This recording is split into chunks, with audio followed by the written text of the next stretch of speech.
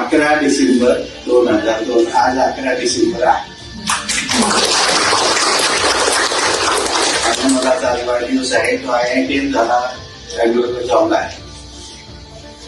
तर हा झाला तो एक रेफरन्स. पण डॉक्टरांची सुसंस्कृत वागण्याची पद्धत, रिस्पेक्ट देण्याची पद्धत किंवा त्या लोकांचं सिनियर असतील. मध्ये 1 वर्षापूर्वी आमटे साहेबांचे जे जोडपं या ठिकाणी मध्ये इंद्रकील महाराज येऊन गेले, किंवा आम्हाला देखील एक सिनियर म्हणून देखील काही ज्या पद्धतीने रिस्पेक्ट देतात. तर ती जी संस्कृती आहे, कुठल्याही ऑर्गनायझेशनला, कुठल्याही वर्क प्लेसला जर तुम्हाला वृद्धिंगत करायचं असेल, मोठं करायचं, ती ऑर्गनायझेशन यशस्वी का होते. आपल्याला आमच्या खात्यामध्ये वर्दी सर्व्हिसमध्ये, म्हणजे मिलिटरी असो, एअरफोर्स असो किंवा पोलीस असो, कुठल्याही वर्दी सर्व्हिसमध्ये इंटिग्रिटी, कर्तव्य आणि सचोटी आणि कर्तव्य परायणता याला खूप महत्व आहे. एक काम कमी केलं तर चालेल, पण सचोटीला खूप महत्व आहे. ती म्हणजे कुठल्याही ऑर्गनायझेशनला मोठं व्हायचं ते इंटिग्रिटी इम्पॉर्टंट आहे. त्याच्यानंतर तुमचे कुठलाही इथिकल प्रिन्सिपल आलं तर सचोटी आल्यानंतर लॉयल्टी, प्रामाणिकपणा. कारण कंपाऊंडिंग इफेक्ट असा देत असतो की तो तुम्हाला नंतर कळतो त्याचं काय महत्व आहे. तुम्हाला आज असं वाटेल, तुम्हाला काही काम करणारा एम्प्लॉय असतील, त्यांना काय पेमेंट असतील, तर ती आपली जी जीवनाची शिडी आहे ती किती इम्पॉर्टंट आहे ते तुम्हाला पुढच्या 2-3 मिनिटातच मी संपवणार आहे. त्याच्यानंतर तुमचं डिसिप्लिन, ज्या ठिकाणी डिसिप्लिन आहे त्याच ठिकाणी यश आहे, त्याच ठिकाणी विकास आहे.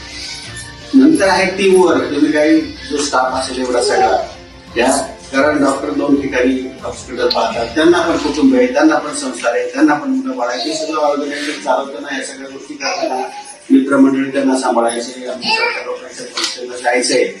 मग आपल्या भरोशावर ते सगळं चाललेलं असतं. एक धागा बघा, पती पत्नीमध्ये सुद्धा एक धागा असतो. तो धागा काय बांधून ठेवलेला धागा नसतो, तो एकमेकांचा रेशीम धागा असतो, त्याच्यावर सगळं नाती डेव्हलप होत आलेली असतात. तसंच हे ऑर्गनायझेशन असतं. आणि तुम्हाला त्याच्यानंतर शेवटचा जो पार्ट येतो, हे 4 पार्ट जे आहेत हे तुम्ही इम्पॉर्टंट पार्ट तुम्ही हे केले की त्याच्यानंतर तुम्ही आता हे पहा, मला स्वतःच माझा इथे ऍक्सिडेंट झालेला आहे. तिथे रॉड टाकलेले माझ्या हातामध्ये. गोल्डन आवर्स म्हणजे ह्या कॉन्सेप्ट ह्या हॉस्पिटलमध्ये असतात आणि इथे ते इमर्जन्सी वाहनान पाळलं अत्यंत गरजेचं, त्याच्यावर भविष्य ठरलेलं असतं. खूप तपस्या केलेली असते त्या गोष्टीसाठी. तर ते इमर्जन्सी म्हणजे पंक्च्युअलिटी, स्टाफची पंक्च्युअलिटी पाहिजे. तुमच्या बॉडी लँग्वेज मध्ये ते दिसलं पाहिजे की आलेला जो काही तुमच्याकडे पेशंट असेल त्याला ते दिसलं पाहिजे, ऍबिलिटी जाणवली पाहिजे. हे 5 regrets of the dying people. एक नर्स आहे, नर्स, तिने ते पुस्तक लिहिले, ते जगामध्ये मोठं काढलेलं पुस्तक आहे. त्यांनी काय केलं की 90-95 वर्षाचे सगळे जे पेशंट होते म्हातारे, की त्यांना विचारायची, बाबा तुमचं काही राहिलं का जीवनामध्ये. असे तिने 5-50 रिग्रेट शोधून काढले. त्याच्यात त्याची कॉमन रिग्रेट होते की काय नाही, मी सतत असं राहिलो, मला एक उन्हाळा दिवस बागडायचं राहून गेलं, अंक राहून गेलं. तर त्या नर्सने लिहिलं. तर प्रत्येकाच्या अशा काहीतरी शेवटी काहीतरी अशा अपेक्षा असतात. आणि आपला जो रोल आहे, आपला जो जॉब आहे, ते रिसेप्शन पासून तर पूर्ण ज्या ज्या ठिकाणी कॅबिनमध्ये ICU अटेंडंट असेल, ते असे प्रत्येकाचं रोल. म्हणजे तुम्ही बघा, अशी एक म्हण आहे की झाशीची राणी ज्यावेळेस किल्ल्यावरून खाली उडी घेतली घोड्यासह, त्या घोड्याचा नाल, घोड्याने काय उडी घेतली, तो नाल पक्का होता.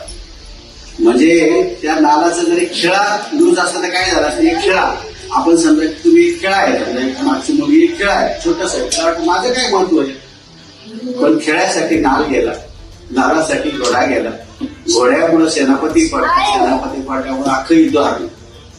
त्या पूर्ण ऑर्गनायझेशनची प्रतिमा, त्या ऑर्गनायझेशनचा विकास तुम्हाला जरी वाटत असेल मी दूर हरवले.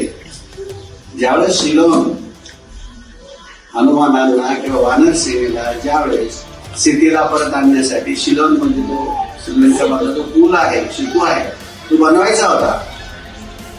त्यावेळेस एक खारोताई आपली गडबडाला ओढायची, पळायची ती माती टाकू द्यायची.